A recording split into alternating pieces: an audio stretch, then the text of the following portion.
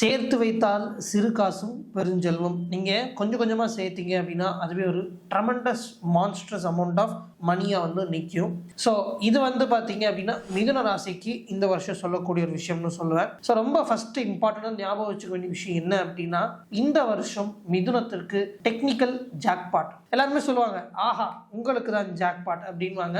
ஜாக்பாட்னா என்ன? ஒரு பானை ஃபுல்லாக தங்கம். ஸோ இந்த வாட்டி உங்களுக்கு நிஜமாவே ஜாக்பாட். ஏன் அப்படின்னா நிறைய சேவிங்ஸ் பண்ணலாம். அண்ட் அதே மாதிரி நீங்கள் அதுக்கான இனிஷியேட்டிவ்ஸ் எடுக்க ஆரம்பிச்சிருப்பீங்க.